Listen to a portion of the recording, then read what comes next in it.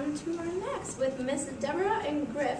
And they're going to talk to us about how acting locally impacts globally. Ms. Deborah is the Director of Action Research Center at Illinois Wesleyan. She manages campus and community partnerships and works with many local nonprofits. Deborah teaches community-based research and grant writing. She serves on the board of the West Bloomington Revitalization Project and Milestones Early Learning Center in preschool. Awesome. Grif is 12 years old and in 7th grade at Bloomington Junior High School. He runs a local project called iGuys that makes a difference for individuals in Lamu. Did I even say that right? Lamu, Kenya. I should have asked you that earlier. Griffin accepts donations of eyeglasses and scans them for strength. The glasses are then given away at a free clinic in Kenya where there is a lack of eye care. Griffin enjoys volunteering, hanging out in the teen zone at the library, reading and learning Spanish. Where's my savings? Yeah. Awesome. Welcome, guys. Welcome.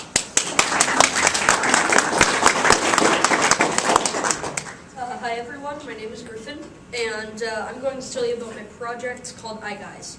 I started this project a while back with the help of my parents and a few great volunteers. To start off, how many of you wear eyeglasses? Raise your hand. Alright, now out of you, how many of you have a pair of glasses laying in the back of your drawer or on the back of your desk or something? Now, we think a lot of people have perfectly good glasses, and we found a great place for them to go, Kenya.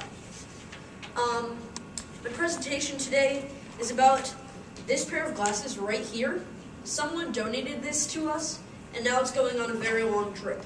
From this stage at Bloomington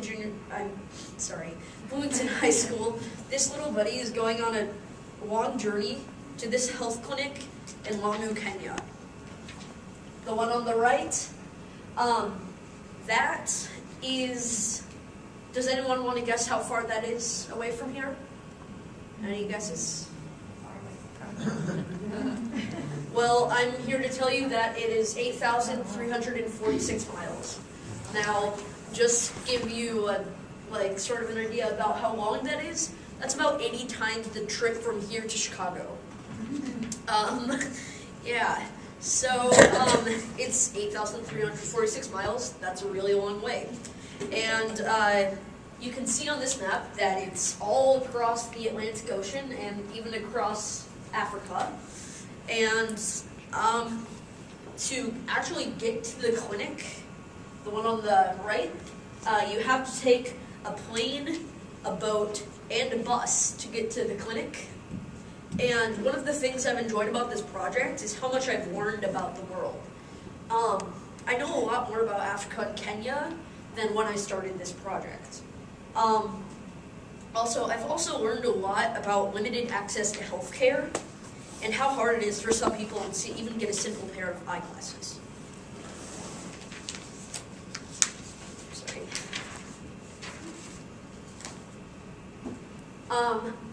Now, the ratio of ophthalmologists to people in all of sub-Saharan Africa. Does anyone want to guess? The first one is A, 1 to 1,000, B, 1 to 10,000, C, 1 to 100,000, and D, 1 to 1 million. C. I'm actually here to tell you that the correct answer is D. It's 1 to 1 million. Here in Bloomington, the average ratio is 1 to 10,000, which is the average rate in ophthalmology. Here, in sub-Saharan Africa, it's 1 to 1 million. Now, not only does sub-Saharan Africa have limited eye care, especially in the Lamu area, it also has very, very few ophthalmologists, which does not help at all with the problem. Now, on the other side of the problem, what happens here? So this is what happens here. We collect glasses in boxes that we label, called spectacle receptacles. And we also get glasses from schools when they show up in the lost and found there.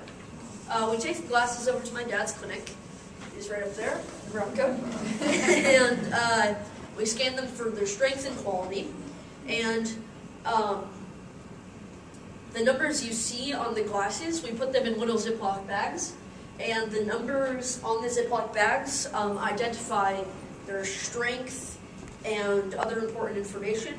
and we tag them according to whether they're kids' glasses or adults' glasses. And now on the way other side of the world, what happens there? What happens over there is that a trained volunteer or staff person examines patients at the clinic in Mami. And when they determine the prescription that's needed, they use glasses like this, and people can pick from the glasses at the clinic. And to buy a pair of glasses in WAMU would cost about $1. Now I know that doesn't seem like much here, but in WAMU, the monthly income for someone in Kenya is $25. So when a pair of glasses costs 4% of your monthly income, that feels like a much bigger impact on how much it would cost. Once people have the glasses they need, they can continue to work, maybe mending a fishing net or stitching a knit cap to sell. That's some of the common activities that they do there.